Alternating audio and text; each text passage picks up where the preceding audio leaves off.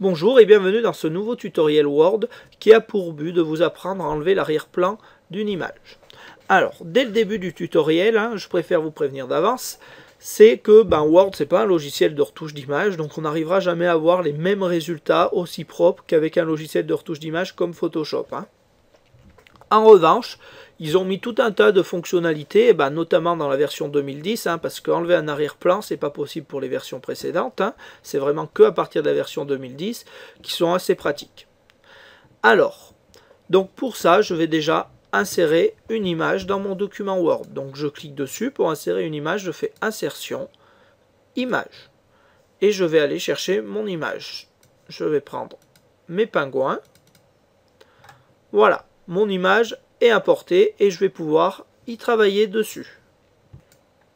Alors, pour travailler sur une image, la première chose à faire, c'est d'y cliquer dessus. Si j'y clique dessus, j'ai l'onglet Format en haut qui apparaît.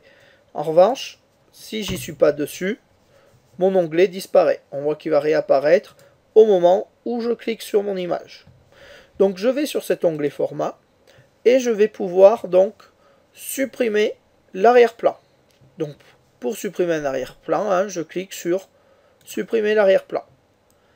Là, on a une fenêtre, donc notre image qui devient rose. Concrètement, ce qui est rose va être supprimé, ce qui ne l'est pas va rester.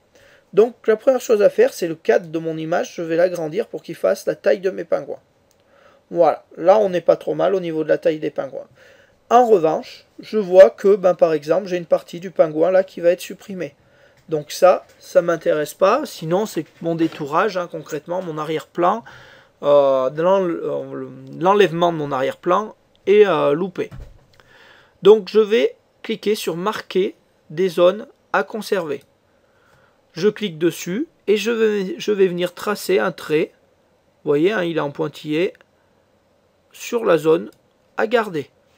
Et vous voyez, il a repéré qu'il fallait me garder la zone. En revanche, j'ai des morceaux de sol ici en bas, je ne veux pas les garder.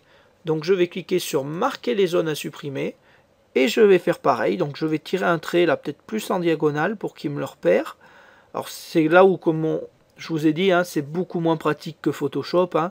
Donc vous voyez là par exemple, je viens de supprimer sans faire exprès un morceau de patte. Donc je vais recliquer sur zone à conserver et je vais lui dire garde-moi la patte. Voilà. Donc je clique sur zone à supprimer de nouveau et j'enlève les parties de terrain qui me gênent. Voilà.